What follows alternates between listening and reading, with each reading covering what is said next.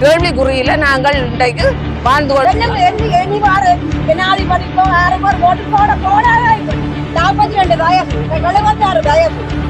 ஜனாதிபதி அவர்களை ரெண்டு கையும் கூப்பி கேட்டுக்கொள்கிறேன்.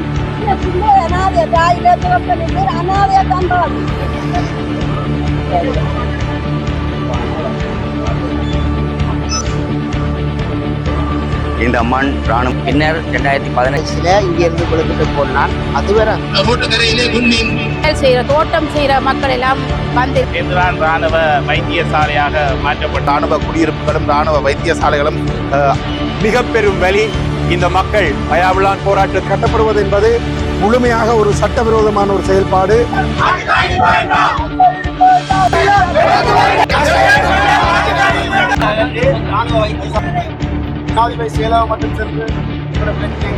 கட்டுப்பாட்டுக்குள்ளே நோய்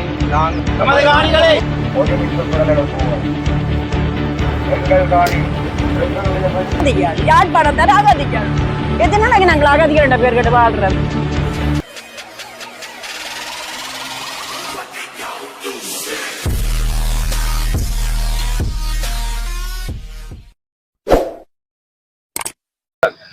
உறவுகளுக்கு வணக்கம். நான் உங்கள் ஆர்கே ரவி. இன்றைய நாளிலே பலாலி பிரதான வீதியிலே நின்று கொண்டிருக்கின்றோம். அதாவது குறிப்பாக சொல்ல போனால் பசாவளான் சந்தியில் நின்று கொண்டிருக்கின்றோம். காலகாலமாக ஸ்ரீலங்கா அரச இராணுவத்தினரால் இந்த தமிழ் மக்களுடைய நிலம் கையகப்படுத்தி வைக்கப்பட்டிருக்கின்றன. அந்த வகையிலே காலம் கடந்து பல ஆண்டுகள் பொறுமை காத்த மக்கள் இன்று வீதிக்கு வந்திருக்கிறார்கள். அந்த வகையிலே மக்களுக்கு இந்த நடப்பாண்டிலே ஆட்சி செய்து கொண்டிருக்கின்ற மதிப்புக்குரிய ஜனாதிபதி அனுரகுமார் திசாநாயக்கா அவர்கள் எங்கள் மக்களுக்குரிய தீர்வை கொடுப்பாரா என்ற கேள்வி ஒருபுறம் இருக்க, மக்கள் தற்போது ஆர்ப்பாட்டத்திலே ஈடுபட்டு கொண்டிருக்கிறார்கள். இந்த ஆர்ப்பாட்டத்தில் என்ன நடக்கப் போகிறது, என்னவெல்லாம் மக்கள் செய்ய போகிறார்கள், இந்த மகஜர் யாரிடம் கொடுக்க போகிறார்கள், இந்த பிரதேசத்தில் அமைந்திருக்கின்ற இராணுவ தளபதியிடம் மக்கள் இந்த மகஜரை கொடுக்க இருக்கிறார்கள். அந்த மகஜரை குருவானவர்களோடு இணைந்து கொடுக்க இருக்கிறார்கள். தொடர்ச்சியாக எங்களுடைய காணொலிகளை பாருங்கள். முடிவில் என்ன நடக்குது என்பதை பார்க்கலாம். எனவே எங்களுடைய வெளிப்படுத்தல்கள் தான் உண்மையில் எங்களுக்கான அந்த முடிவை பெற்றுத் தரும் என்பதில் எந்த விதமான ஐயப்பாடும் இல்லை. எங்களுடைய தேவைகளுக்காக, எங்களுடைய பாதிப்புக்காக, எங்களுடைய இழப்புகளுக்காக எதிரிகளாக பல்வேறுபட்ட இடங்களிலும் இடம்பெயர்ந்து எங்களுடைய காலங்களை கடத்தி கொண்டிருக்கின்றோம். நிச்சயமாக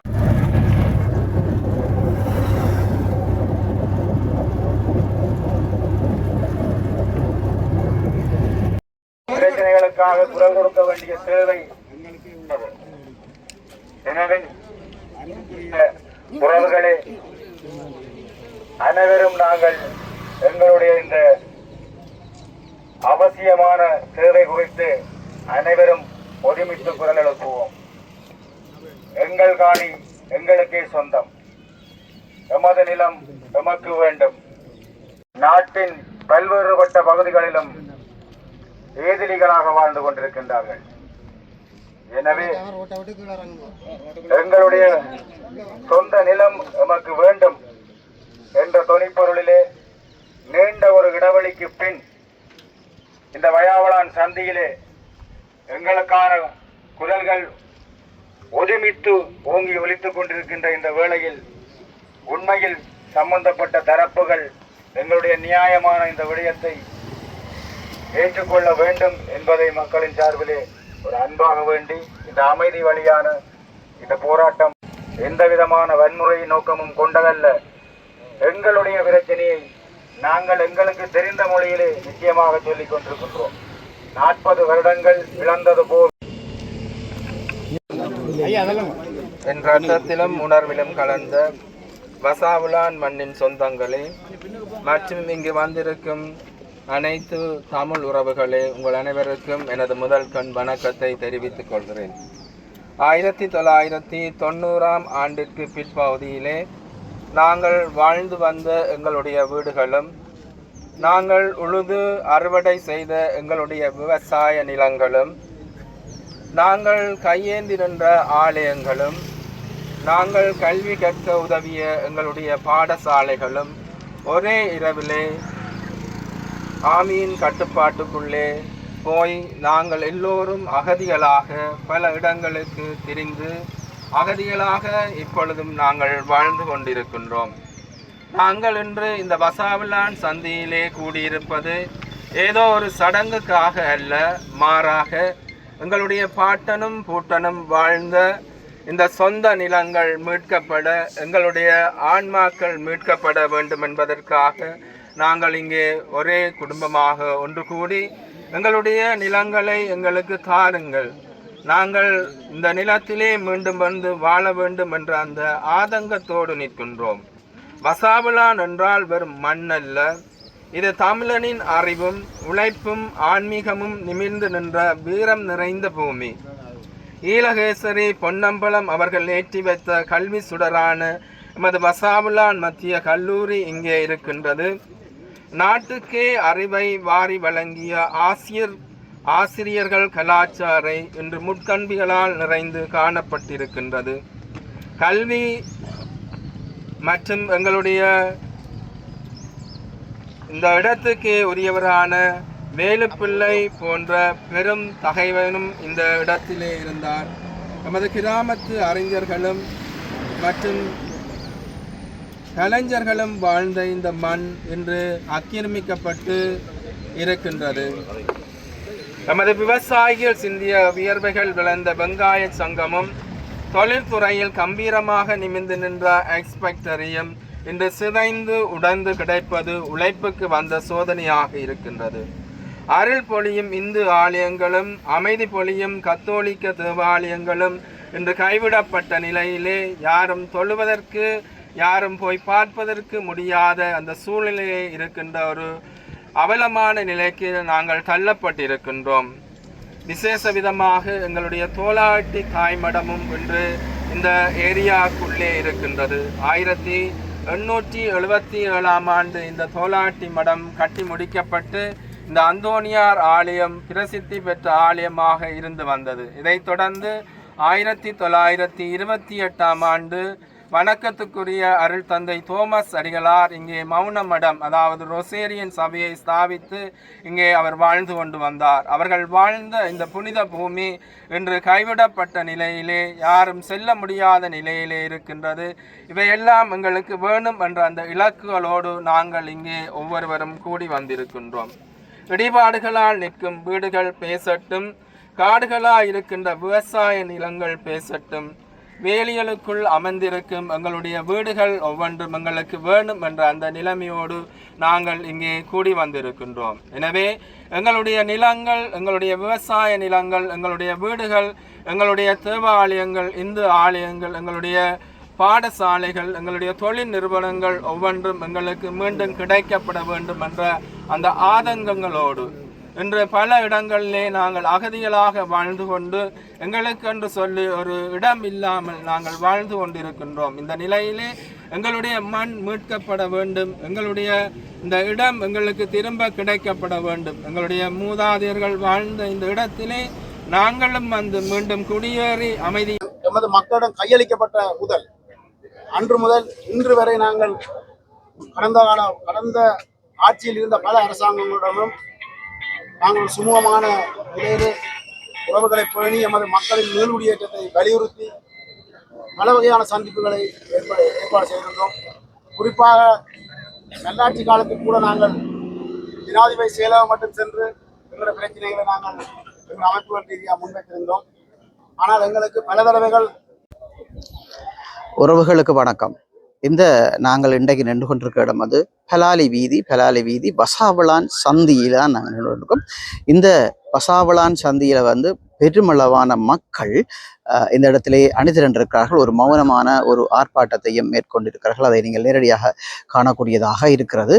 அந்த வகையிலே இந்த வீதியானது கிட்டத்தட்ட 2010ஆம் ஆண்டுக்கு முதல் 2010ஆம் ஆண்டுக்கு முன்னரே இந்த வீதி தடை செய்யப்பட்டிருக்கின்றது. அந்த வகையிலே இந்த வீதி ஒரு குறிப்பிட்ட நாளைக்கு முதல் அந்த வசாவலான் ஜங்ஷன் அந்த வளைவு ஒன்று கட்டப்பட்டிருக்கிறது. அந்த வளைவு கட்டப்பட்ட இடத்திலே திறந்து விடப்பட்டது, மக்கள் பாவனைக்காக திறந்து விடப்பட்டது.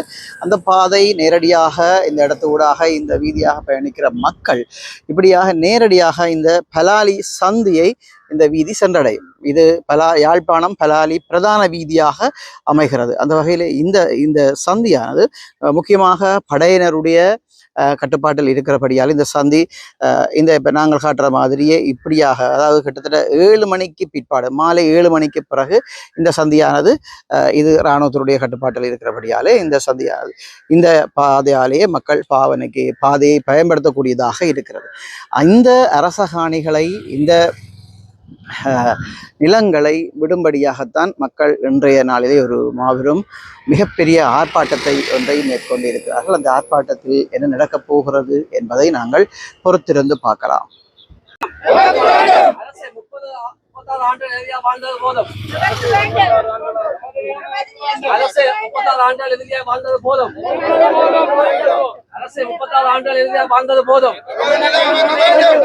அரசு மக்களின் காணிகள் மக்களுக்கா அல்லது மக்களின் காணிகள் ராணுவத்துக்கா?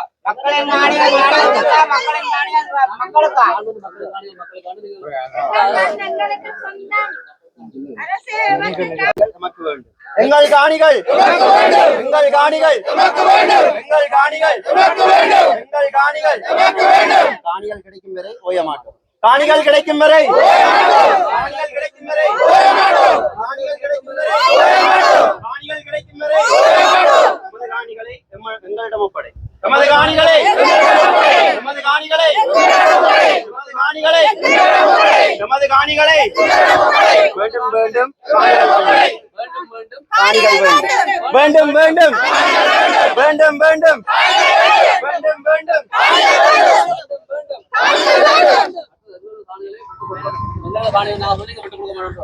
எங்களது காணிகளை எங்களது காணிகளை எங்களது காணிகளை எங்களது காணிகளை பொறுமை காத்தது போதும் பொறுமை காத்தது போதும் பொறுமை காத்தது போதும். மாட்டுக்காணிகள் நமக்கு வேண்டும். மாட்டுக்காணிகள் மாட்டுக்காணிகள் மாட்டுக்காணிகள் மாட்டுக்காணி. போராடுவோம் போராடுவோம் இதுவரை போராடுவோம் போராடுவோம் போராடுவோம்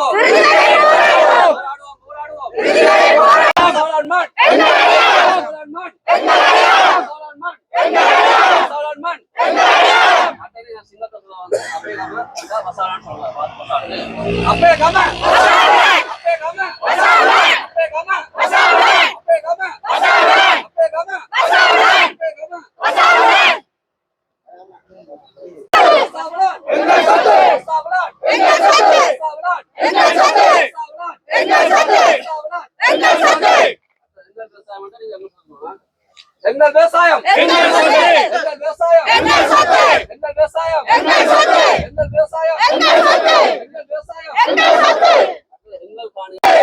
காணிகளில் எங்கள் காணிகளில் எங்கள் காணிகளில்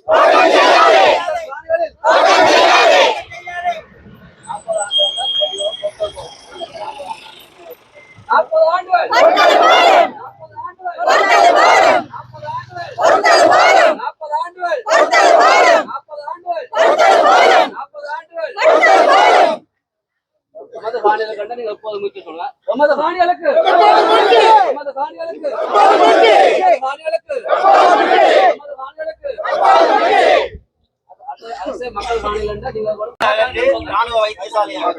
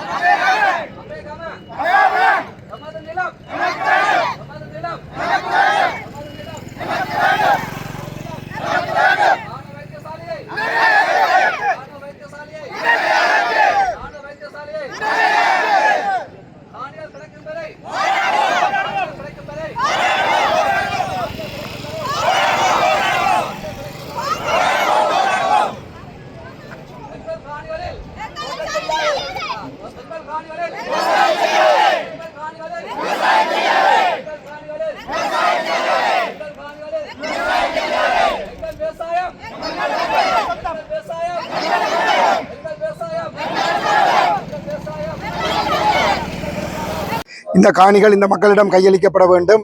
இங்கே 3 பேருக்கு சொந்தமான காணியிலே ஒரு இராணுவ வைத்தியசாலை சட்டவிரோதமாக கட்டப்படுகிறது. அதுவும் 2013ஆம் ஆண்டு வெளியிடப்பட்ட வர்த்தமானியிலே அவர்களுடைய அந்த காணிகளோ அந்த கிராம சேவையாளர் பிரிவுகளோ அந்த வர்த்தமானியிலே உள்ளடக்கப்பட்டிருக்கவில்லை. அவ்வாறு சுயரிப்பு தொடர்பான எந்த விதமான வர்த்தமானி அறிவித்தல்களும் இல்லாமல் அந்த காணிகளிலே இராணுவ வைத்தியசாலை கட்டப்படுவது என்பது முழுமையாக ஒரு சட்டவிரோதமான ஒரு செயல்பாடு. கடந்த காலங்களிலே கடந்த அரசாங்கங்கள் ஜன விரோதமாக சட்டவிரோதமாக இனவாதமாக செயல்பட்டிருப்பதாக இந்த அரசாங்கம் பதவிக்கு வருகின்ற பொழுது கூறியிருந்தார்கள்.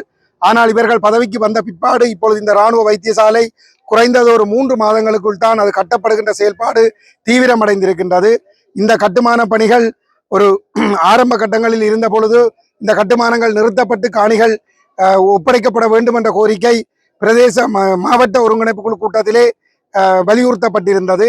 ஆனாலும் கூட அந்த கருத்துக்களை கருத்தில் கொள்ளாமல் தொடர்ச்சியாக இராணுவம் அந்த கட்டுமான பணிகளிலே இந்த ஆட்சியின் பொழுது ஈடுபட்டு கொண்டிருப்பது என்பது மக்களுக்கு மிகவும் பெரிய ஒரு ஏமாற்றமாக இருக்கிறது.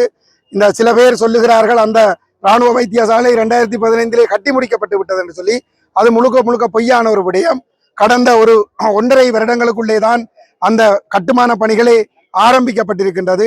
ஆகவே இந்த கட்டுமானங்கள் சட்டபூர்வமான எந்த அனுமதியும் இல்லை. 40 ஆண்டுகளுக்கு முன்னர் இடம்பெயர்ந்து இன்று வரை ஏராளமான பொதுமக்கள் அகதிகளாக வாழ்ந்து கொண்டிருக்கிறார்கள். வலிகாமம் வடக்கு பிரதேசத்திலே ஏறத்தாழ 2000க்கும் மேற்பட்ட ஏக்கர் காணி அரசாங்கத்தினாலே இராணுவ தேவைகளுக்காக அபகரிக்கப்பட்டிருக்கிறது, சட்டவிரோதமாக அபகரிக்கப்பட்டிருக்கிறது.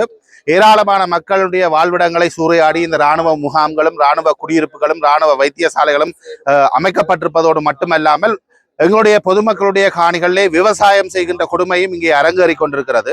கடந்த 40 ஆண்டுகளாக ஓய்வின்றி இந்த மக்கள் போராடி கொண்டிருக்கிறார்கள். கடந்த 2009ஆம் ஆண்டு யுத்தம் நிறைவடைந்த பிறகு கிட்டத்தட்ட 17 ஆண்டுகளாக மீண்டும் தங்களுடைய நிலத்துக்கு செல்வதற்காக அவர்கள் போராடி கொண்டிருக்கிறார்கள். இந்த போராட்டத்துக்கு இதுவரை நியாயம் கிடைக்கவில்லை, நீதி கிடைக்கவில்லை. தொடர்ந்து எங்களுடைய மக்கள் அகதிகளாக வாழ்ந்து கொண்டிருக்கிறார்கள். உண்மையிலே சொல்ல வேண்டுமாக இருந்தால் கொழும்பிலே தென்னிலங்கையிலே ஏராளமான இராணுவ முகாம்கள் இருக்கின்றன. ஆனால் பொதுமக்களுடைய தென்னிலங்கையிலே சிங்கள மக்களுடைய காணிகளை அபகரித்தது கட்டப்படவில்லை. அங்கே கட்டுநாயகா விமான நிலையம் இருக்கிறது, அங்கே ரத்மநாநிலை விமான நிலையம் இருக்கிறது, விமான ஓடுதளத்துக்கு பக்கத்திலே வீடுகள் இருக்கின்றன. விமான ஓடு நிலையம் ரோட்டாலே போகின்ற பொழுது பார்க்கக்கூடியதாக இருக்கிறது. ஆனால் இங்கே இருக்கக்கூடிய ஒரு சிறிய ஒரு பலாலி விமான நிலையத்துக்காக 2000 ஏக்கர்களை சூறையாடி வைத்திருப்பது என்பதை ஏற்றுக்கொள்ள முடியாது. உடனடியாக இந்த மக்களுடைய இடம் விடுவிக்கப்பட வேண்டும். இங்காலே திரும்பி பார்த்தால் பின்னாலே திரும்பி பார்த்தால் பட்டை காடுகளாகத்தான் இருக்கின்றன. இந்த பட்டை காடுகளை அடைத்து வைத்துக் கொண்டு தமிழ் மக்களுடைய காணிகளை விடுவிக்க மாட்டோம் என்று இந்த அரசாங்கம் சொல்லுமாக இருந்தால் அது இனவாதத்தை தவிர வேறு எதுவுமே இருக்க முடியாது. தமிழ் மக்களுடைய நிலத்திலே அவர்களை விட வேண்டும் என்ற ஒரு எகத்தாளம், ஒரு இனவாதம் மட்டுமே இங்கே தொக்கிருக்கிறதே தவிர ஆட்சிகள் மாறலாம். எத்தனையோ ஆட்சியாளர்கள் வந்து விட்டார்கள், எத்தனையோ கட்சிகள் ஆட்சிப்படத்துக்கு வந்து விட்டது. யுத்தம் நிறைவடைந்து 17 ஆண்டுகளிலே 4க்கும் மேற்பட்ட ஆட்சியாளர்கள் ஆட்சிப்படத்துக்கு வந்திருக்கிறார்கள். ஆனாலும் எங்களுடைய மக்களுடைய அவலங்கள் இதுவரை தீர்க்கப்படவில்லை. எல்லாமே சட்டவிரோதம். 2013ஆம் ஆண்டு வர்த்தமானி பிரசுரம் வெளியிடப்பட்டது 6000 ஏக்கர்களுக்கு. ஆனால் இன்று படிப்படியாக விடுவிக்கப்பட்டிருந்தாலும் அந்த சட்டமான பிரசுரத்தினுடைய வலி எவ்வளவு என்பது கேள்விக்குறியான ஒரு நிலைமையில் தான் இருக்கிறது. ஆகவே எங்களுடைய காணிகளிலே வைத்தியசாலையை கட்டலாம் என்றால், எங்களுடைய காணியிலே அரசாங்கம் இராணுவம் விவசாயம் செய்யலாம் என்றால் ஏன் சொந்த மக்களுக்கு அந்த அருகதை இல்லையா என்பதுதான் எங்களுடைய கேள்வியாக இருக்கிறது. ஆகவே எந்தவித நிபந்தனைகளுமின்றி எந்தவித காலதாமதங்களுமின்றி உடனடியாக எங்களுடைய மக்களுடைய காணிகள் விடுவிக்கப்பட வேண்டும். மிக ஒட்டுமொத்தமாக வலிகாமம் வடக்கிலே இருந்து அகதிகளாக வாழ்கின்ற அனைத்து மக்களும் ஒன்றாக இணைந்து ஒரு வலுவான போராட்டத்தை செய்ய வேண்டும் என்பது என்னுடைய கோரிக்கையாக இருக்கிறது. சற்று தொலைவிலே பலாலி மக்கள் போராடி கொண்டிருக்கிறார்கள். அதுக்கு சற்று சொந்த நிலத்தை இழந்து புலம்பெயர்வது என்பதும் இடம்பெயர்வது என்பதும் மிக பெரும் வலி. இந்த மக்கள் வயாவிளான் போராட்டத்தில் இன்று ஈடுபட்டு கொண்டிருக்கின்ற மக்கள் 35 வருடங்களுக்கு மேலாக தங்கள் சொந்த மண்ணை விட்டு வாடகைக்கு அல்லது பிற வீடுகளில் ஒன்று குடித்தனமாக வாழ்ந்து கொண்டிருக்கின்றார்கள். இந்த அரசாங்கம் பதவிக்கு வருகின்ற பொழுது தான் ஏதோ தமிழ் மக்களுக்கு நல்லது செய்வேன் என்கின்ற நம்பிக்கை ஊட்டி வாக்குகளை பெற்று ஆட்சி பீடம் ஏறியதற்கு பிறகு செய்தது அத்தனையுமே நம்பிக்கை துரோகம்தான். கடந்த ஆட்சியாளர்களுக்கும் தங்களுக்கும் இடையில் எந்த விதமான வேறுபாடும் இல்லை என்று சொல்லி பல தடவைகள் அவர்கள் நிரூபித்திருக்கின்றார்கள். அதில் ஒன்றுதான் இந்த காணி விடுவிப்பை அவர்கள் தடங்கலாக இருப்பதுமாகும். ஊருக்கே சோறு போட்ட மக்கள், ஊருக்கே உணவு போட்ட மக்கள் இன்று அவர்களது காணிகளில் இராணுவம் பயிர் செய்து அதை விற்று சம்பாதித்துக் கொண்டிருக்க இவர்கள் ஏனியோரிடம் கையேந்தி வாழ வேண்டிய துர்ப்பாக்கிய நிலைக்கு வந்து தள்ளப்பட்டிருக்கின்றார்கள். இந்த அரசாங்கம் இந்த காணியை ஒருபோது காணியிலே இராணுவம் எந்தவித அனுமதியும் இல்லாமல் வைத்தியசாலை ஒன்றை கட்டி வருகின்றது. இது நான் நினைக்கின்றேன் கொரோனா காலத்திலே தான் இந்த வைத்தியசாலை தற்காலிகமாக ஆரம்பிக்கப்பட்டது. அதற்கு முன்னால் அது ஒரு விளையாட்டு பிஓசி கிளப்பாக இருந்து தான் இராணுவ வைத்தியசாலையாக மாற்றப்பட்டிருக்கின்றது. இந்த வைத்தியசாலை கட்டுமானங்களை நிறுத்துமாறு கௌரவ முன்னாள் பாராளுமன்ற உறுப்பினர் செல்வராஜா கஜேந்திரன் அவர்கள் மற்றது பாராளுமன்ற உறுப்பினர் கஜேந்திரகுமார் பொன்னம்பலம் அவர்கள் பாராளுமன்றத்தில் கூட கதைத்திருந்தார்கள். ஸ்ரீதரன் அவர்கள் கௌரவ பாராளுமன்ற ஸ்ரீதரன் அவர்கள் மாண்புமிகு ஜனாதிபதி அவர்களே, நாங்கள் இன்று 40 வருஷத்துக்கு மேலாக நாங்கள் எங்களோட இடங்களை விட்டு நாங்கள் இடம்பெயர்ந்து போய் இன்னும் நாங்கள் சொந்த நாட்டில் சொந்த இடத்துல நாங்கள் அகதிகளாக வாழ்ந்து கொண்டிருக்கிறோம். எங்களுக்கு எங்களோட மக்கள் நிறைய பேர் அகதிகளாக வாழ்கிற கட்டத்தில் எங்களுக்கு சொந்தமாக இடமும் இல்லை, ஒரு வீடும் இல்லை, ஒன்றும் இல்லை. நாங்கள் வீட மாறி மாறி போய்கொண்டு எவ்வளோ கஷ்டத்தை அனுபவித்து கொண்டு நாங்கள் இருக்கிறோம். வயல் செய்கிற தோட்டம் செய்கிற மக்கள் எல்லாம் வந்திருந்து கொண்டு அவைகளுக்கு தோட்டம் செய்ய முடியலை. எங்களுக்கு எந்த ஒரு உதவியும் இல்லை. நாங்கள் எவ்வளவோ கஷ்டத்தின் மத்தியில் நாங்கள் வாழ்ந்து கொண்டிருக்கிறோம். தயவு செய்து ஜனாதிபதி அவர்களை உங்களை நாங்கள் தேர்ந்தெடுத்தது நீங்கள் எங்களுக்கு ஒரு விடிவு காலத்தை எங்களுக்கு தருவீங்கள் என்று தான் நாங்கள் நம்பி உங்களுக்கு நாங்கள் ஓட்டு போட்டு உங்களை நாங்கள் வேணுமென்று எடுத்து நாங்கள் அதனால நீங்கள் எங்களுக்கு எங்களோட இடத்த விடுறோம்னு சொன்னீங்க. நாங்கள் நம்பினோம். இப்போ எத்தனை வருஷம் நம்பி எங்களால் இனி நம்ப முடியலை. எங்களால் உங்களை நம்ப முடியாமல் இருக்கிறது. தயவு செய்து நீங்கள் இருக்கும்போதே எங்களுக்கு எங்களோட இடத்தை எங்களோட சொத்தை எங்களுக்கு தந்து நீங்கள் விடணும். நாங்கள் எங்களுக்கு இருக்கேல எங்களுக்கு எங்கேயுமே இருக்க முடியாத நிலைமையில் இருக்கிறோம். எங்களோட சொந்த மண்ணை, எங்களோட ஆலயங்களை, எங்களோட பாடசாலைகளை, எங்களுக்கு ஐஸ் ஃபேக்டரி இருக்குது. எல்லாத்தையும் நீங்கள் எங்களுக்கு விட்டு தரணும். ஜனாதிபதி அவர்களே, உங்களை தாழ்மையோட கேட்டுக்கொள்றோம். மக்கள் ரீதியா மக்கள் எல்லாரும் கேளுங்க.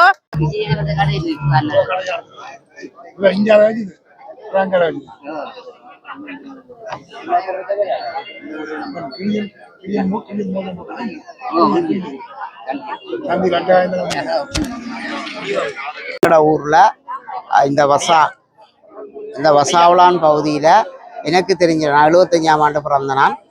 என்னுடைய 15 வயசுல இங்கிருந்து விழுக்கிட்டு போனான். அதுவரை காலத்துக்கும் எந்த ஒரு மரக்கறியோ அல்லது வெங்காய மிளகாயோ நாங்கள் வேண்டினது கிடையாது. எங்களோட வளவுகள் எங்களோட தோட்டங்கள்ல இருக்கு. இது ஒரு விவசாயம் சார்ந்த மண். அதனால தான் அந்த நாளையில கண்ணங்கர ஐயா எங்களோட பாடசாலையை கொண்டிருக்க முதல் யாழ் மாவட்டத்தில் விவசாயம் கல்வியை கொண்டு வந்த பாடசாலை வசாவுலான் மத்திய வித்தியாலயம், இன்றைக்கு மத்திய கல்லூரி என்ற பேர்ல இருக்கு. அப்படியான நிலப்பரப்புள்ள இடம்தான் இது. அப்படியான மண் வளம். எங்களுக்குள்ள பிரச்சனை என்னன்னு சொன்னா, இன்றைக்கு நாங்கள் அடுத்த வேண்ட காணிலவை கூலிக்கு போறோம். என்னுடைய தந்தையார் நான் 15 வயசுலேருந்து விழுக்கிட்டேன். நான் இப்போ என்னுடைய தந்தையார்ட்ட காலத்திலையும் அது கிடைக்கல, என்னுடைய காலத்திலும் கிடைக்கல, என்னுடைய பிள்ளைங்க காலத்திலையும் இது கிடைக்காம போகணும். எங்களோட பொருளாதாரம் அளிக்கப்படும். தலைமுறையாக எங்களோட பொருளாதாரத்தை நீங்கள் இல்லாத ஒழிச்சிருக்கிறீங்க. யுத்தம் பண்ணதை யுத்தம் முடிஞ்சு இன்னைக்கும் அதை தராம விடுறது எந்த வகையிலும் நியாயம் இல்லை. அந்த தேவை இந்த தேவையோட என்ன ஷார்ட்ட போக்கு சொன்னாலும் எங்களோட விவசாய நிலங்கள்ல நீங்கள் வருமானத்தை எடுக்கிறதுக்காண்டி தான் புள்ளிகள் இல்லை. வேறு தேவைக்காகவும் நீங்கள் வச்சிருக்கீங்க. வேற எந்த ஒரு தேவையும் இருந்தால் நீங்கள் அப்படி என்று சொன்னா ராணுவம் வந்து சொல்லட்டும், எனக்கு இந்த தேவைக்கு தேவை என்று எங்களோட அமைப்புகளோட வந்து பேச்சுவார்த்தை சொன்னால் இந்த ரோட்டுக்கரையிலே விண்மீன் மன்றம் இருந்தது, நெசவு சாலை இருந்தது, ஒரு சந்தை இருந்தது. இவ்வளவு இருந்த இந்த மண் கிட்டத்தட்ட 1990ஆம் ஆண்டுக்கு முதலே மிகவும் வளங்கொழிந்த ஒரு கிராமமாக இருந்த மண் இன்று பார்க்கணும்னு சொன்னால் வெறும் காடுகளும் பத்தைகளுமாக காணப்படுகின்றன. ஆகவே நாங்கள் இந்த அரசாங்கத்தினை கேட்பது ஒன்றுதான். சரி, ஓகே, சொல்லுங்க. நீங்க ஒரு வழிவடக்கு பிரதேசங்கள் தவிசால் என்ற வகையில் உங்களுக்கு நிறைய விஷயங்கள் தெரிஞ்சிருக்கும். இராணுவத்தின் வசம் வந்து எவ்வளவு ஏக்கர் காணிகள் விட்டு வாழ வேண்டி இருக்கிறது. வசாவுலான் என்ற கிராமத்துல வந்து எவ்வளவு ஏக்கர் காணிகள், எத்தனை கிராம சேவை பிரிவுகள் விடுபட வேண்டி இருக்குது? 1990ஆம் ஆண்டு ஜூன் மாதம் வலிகாமம் வடக்கிலிருந்து மக்கள் யுத்த சூழ்நிலையால் விரட்டப்பட்டார்கள் இந்த நிலங்களிலிருந்து. இருந்தாலும் 2013ஆம் ஆண்டு மே மாதம் 28ஆம் தேதி வலிகாமம் வடக்கினுடைய 6376 ஏக்கர் நிலப்பகுதி உயர் பாதுகாப்பு வலயமாக குறிப்பிடப்பட்டிருந்தாலும் பின்னர் 2015ஆம் ஆண்டில் ஏற்பட்ட ஒரு ஆட்சி மாற்றத்தின் ஊடாக 2015 தொடக்கம் 19ஆம் ஆண்டு வரை காலமும் பிறகும் நடந்த காணி விடுவிப்பில் கிட்டத்தட்ட 3300 ஏக்கருக்கு மேற்பட்ட நிலங்கள் விடுவிக்கப்பட்டிருந்தாலும் இன்னும் 2400 ஏக்கருக்கு மேற்பட்ட நிலங்கள் விடுவிக்கப்பட வேண்டிய நிலங்களாக இருக்கின்றது. அதனைத் தொடர்ந்து இந்த புதிய ஆட்சி மாற்றம் வரும்போது மக்களுடைய காணி மக்களுக்கு வழங்குவார்கள் என்ற அவர்களுடைய கொள்கை பிரகடனத்தின் அடிப்படையில் மக்கள் அவர்களுக்கு வாக்களித்திருந்தார்கள். கூடுதலான மக்கள் உங்களுக்கு தெரியும், யாழ் மாவட்டத்தில் இந்த முறை தேசிய மக்கள் சக்தி சார்பாக 3 பாராளுமன்ற உறுப்பினர் வந்ததற்கு அடிப்படை காரணமே மக்களுடைய காணி மக்களுக்கு வழங்கப்படும் என்ற வழங்கப்பட்டிருந்த அவர்களுடைய கொள்கை பிரகடனத்தின் அடிப்படையிலே நம்பி வாக்களித்திருந்தார்கள். ஆனால் இந்த வாக்களித்தும் 2 ஆண்டுகள் கடந்தும் தங்களுடைய காணிகள் விடுவிக்கப்படவில்லை என்ற அடிப்படையில் ஓவியை பருத்தித்துறை நகர சபை இன்றைய வசாவிளான் பகுதியிலே மக்கள் எழுச்சி ஆர்ப்பாட்ட பேரணியில் இன்றைய நிலை கலந்து கொண்ட நிலை 1990ஆம் ஆண்டிலிருந்து இன்று வரை மக்கள் ஏதிலியலாக வலுக்கட்டாயமாக இராணுவத்தின் ஆக்கிரமிப்பால் இந்த மண் இராணுவத்தின் ஆக்கிரமிப்புக்கு உட்பட்டிருக்கின்றது.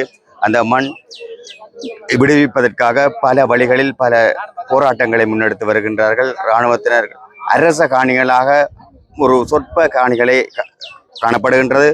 அப்படி இருந்தும் 2000க்கும் மேற்பட்ட தனியார் காணிகளை இராணுவம் சுவீகரித்து என்று வைத்திருக்கின்றது. அந்த காணியில் அரசு பாடசாலைகள், தேவாலயங்கள், ஆலயங்கள், தனியார் காணிகள், பெறுமதி மிக்க வளம் மிகு மண், இந்த விவசாய மண் கைப்பற்றப்பட்டிருக்கிறது. அதை தமக்கு தர வேண்டும் என்றதற்காக 40 ஆண்டு காலம் எதிரிகளாக, சொந்த மண்ணிலேயே எதிரிகளாக, அகதிகளாக திசை மாறி வாழ்ந்து கொண்டிருக்கிற மக்கள் இன்று ஒன்று கூடி இந்த ஆர்ப்பாட்ட பேரணியில் கலந்து கொண்டிருக்கிறார்கள். அந்த வகையிலே மக்களுக்கான இந்த ஆர்ப்பாட்ட பேரணியை அந்த அரசாங்கம் மக்களுக்கான காணியை மக்களிடத்தில் வழங்குவோம் என்று கூறிக்கொண்டு வந்த அரசாங்கம் இன்று மக்களை ஏமாற்றும் விதமாக மௌனத்தை சாதித்துக் கொண்டிருக்கிற அரசாங்கம் மக்களின் இந்த ஆர்ப்பாட்டத்தை கருத்தில் கொண்டு மக்களுக்கான நிரந்தரமான தீர்வையும் நிரந்தரமான மக்களுக்கான அந்த மண்ணையும் மக்களிடத்துல வழங்க வேண்டும் என்று கேட்டு விடப்படுகிறேன். நாங்கள் இன்றைக்கு இந்த ஆர்ப்பாட்டத்திலே வழமைக்கு மாறாக இந்த ஆர்ப்பாட்டம் நடந்து கொண்டிருக்கிறது. கிட்டத்தட்ட 1000க்கும் மேற்பட்ட மக்கள் இந்த ஆர்ப்பாட்டத்திலே பங்கு பெற்றியதை நாங்கள் காணக்கூடியதாக இருக்கிறது. இதில் பல கட்சிகளைச் சேர்ந்த கட்சி பிரமுகர்களும் தவிசாளர்களும் கௌரவ உறுப்பினர்களும் இந்த ஆர்ப்பாட்டத்தில் பங்கு கொண்டதை நாங்கள் காணக்கூடியதாக இருக்கிறது. இந்த வீதியானது, இந்த நிலப்பரப்பானது முக்கியமாக ஏறத்தாழ எத்தனையோ ஆண்டுகளுக்கு கூடுதலாக இந்த நிலங்கள் இந்த சிங்கள ஸ்ரீலங்கா இராணுவத்தினரின் கட்டுப்பாட்டுக்குள் இருக்கிறதாக கூறப்படுகிறது.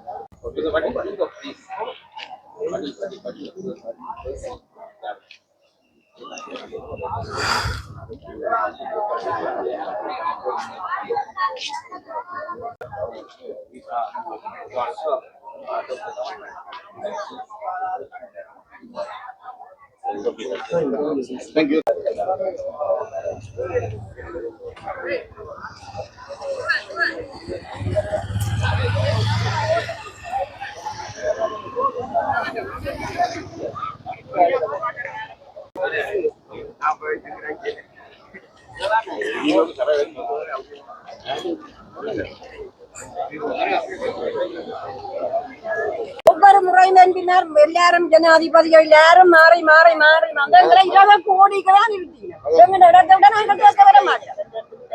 எத்தனை குடும்பங்கள் எத்தனை புள்ள அனாதைய தாயில துவப்பன் இல்லை அனாதையத்தான் பார்க்கிறோம். தமிழனுக்கு என்ன நிதிக்கா என்ன கிட்டியா தமிழனுக்கு என்ன நிதிக்கா கோடி கேட்கறது விடுறா நாங்களும் இல்ல கொமிஷன் கிடக்கு நான் பழக்கிடக்க இந்த மண்ணை விட்டு பழக்கிடக்க எனக்கு 42 வயசு 76 வயசு எங்கட மண் இல்ல அப்புறம் அந்த மண்ணே எங்களுக்கு விரும்பி அது பக்கம் மொத்த கொண்டா கொட்டின குடி பக்கம் கொட்டும் நாங்களும் கொண்டு காட்டுறோம் நான் அபிமானம் இருக்கும் இனி வார ஜனாதிபதிக்கோ யாருக்கோ ஓட்டு போட போடாதே கொடி சரியுங்க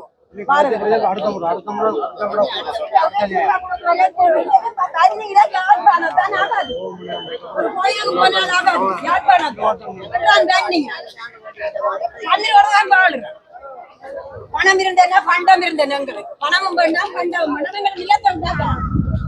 எத்தனை காலம் 36 37 வருஷம்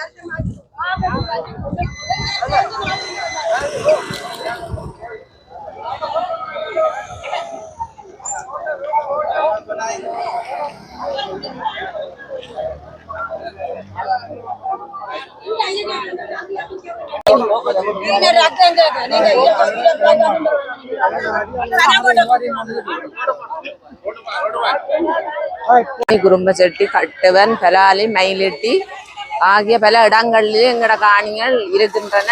அதெல்லாம் இராணுவ கட்டுப்பாட்டுக்குள்ளே அடங்கி இருக்கின்றது. எங்கட நிலம் வந்து எங்கட பூர்வீக காணிகள் முழுக்க 100% விவசாய காணிகள்.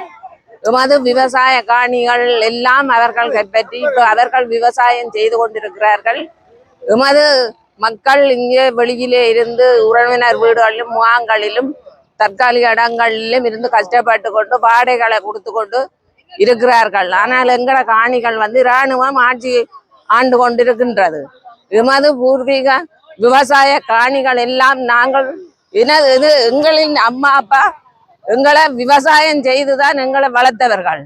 அதே போன்று எங்களை பிள்ளைகளை நாங்கள் விவசாயம் செய்து வளர்க்க முடியாது. ஏனென்று கேட்டால் காணிகள் எல்லாம் அங்கால இருக்கின்றது. எமது பிள்ளைகளுக்கு விவசாயம் செய்ய தெரியாது. எங்களுக்கு விவசாயம் எனக்கும் எனது கணவருக்கும் விவசாயம் செய்ய தெரியும். எங்கட பிள்ளைகளுக்கு விவசாயம் செய்ய தெரியாது. ஏனென்று சொன்னால் நாங்கள் இடம்பெயர்ந்து இங்கால இருந்ததினால் எங்களுக்கு விவசாயம் செய்கிறதுக்கு காணி இல்லை. முழு காணிகளும் அவர்களின் கட்டுப்பாட்டிலே தான் இருக்கின்றது. இதே போன்று எங்கட விவசாயம் பரம்பரை விவசாய தொழில் மருவி கொண்டு போறது.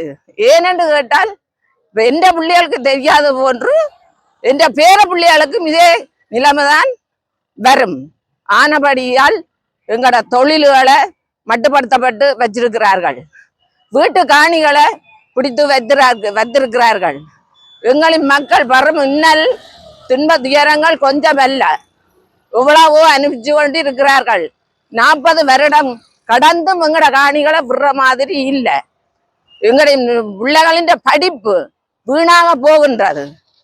மேற்கொண்டு எங்கட பிள்ளைகளின் படிப்பை மேலதிகமாக படிக்கிறதுக்கு செலவில்லை. நேரு கூலி தொழிலுக்கு போய் எங்கட வீட்டு வாழ்க்கை ஜீவியத்தை பார்க்கறதா, பிள்ளைகளின் படிப்பு செலவுகளை பார்க்கறதா, ஒரு தொழில் செய்யறதுக்கு செலவழிச்சு தொழிலை பழகுறதா என்ற கேள்விக்குறியில நாங்கள் இன்றைக்கு வாழ்ந்து கொண்டிருக்கிறோம். ஆனபடியினால் தான் இந்த கவன ஈர்ப்பு போராட்டத்தை எமது மக்கள் இன்று இது இவ்விடத்திலே செய்திருக்கிறார்கள். எமது ஜனாதிபதி அவர்களை 2 கையும் கூப்பி கேட்டுக்கொள்கிறேன். எங்களின் காணிகளை விட்டு தரும்படி மிக தாழ்மையுடன் உங்களை கேட்டுக்கொள்றேன். நன்றி. விட நாங்கள் பாதாளம் வரையில பழக்கிறோம் பெற மாட்டோம். எங்கிட்ட பேரப்புல கேக்குது, அம்மா அந்த இடத்தை காட்டு விட பாதுபட்டு லண்டனை போறது கேக்குது. அப்ப விடாம வச்சிருந்து என்ன மனம் விட்டா அங்க பன்னில் எங்களை அகதிகள், யாழ்ப்பாணம் தர அகதிகள். எத்தனை நாளைக்கு நாங்கள் அகதிகள் 2 பேர் கிட்ட வாழ்றது? இவட மனம் கொதிக்காதா? இவங்களை எத்தனை நாளைக்கு பே காட்டுறாங்க? இவங்களை ஓட்டே போடக்கூடாது. ஒவ்வொரு ஜனாதிபதியோ ஒவ்வொரு பிரதமர் வேற வேற வேற வேற மாத்தி மாத்தி மாத்தி மாத்தி எங்க பேப்பட்டம் கட்டுறாங்களே. இந்த மூளைக்கால எங்களை விட்டா நாங்கள் போவோம் வருவோம். எங்கட கோயில போக மாட்டோமா? சோழடி சேச்சு சரி, எங்கட மானப்புற பிள்ளையாவோ சரி. பேர் என்னப்ப நாங்கள் வாழ்றது இப்ப இதுல மருந்து ஊதி சாகலாம். உங்களை போலதானே நாங்கள். நீங்க சம்பளத்துக்கு சபையில செய்றீங்க, வேனில் ஏறீங்க, குடிக்கிறீங்க, வெறுக்கிறீங்க. நாங்கள் என்ன கேட்கிறோம்? உங்களை தரும பிச்சை கேட்கிறோம்.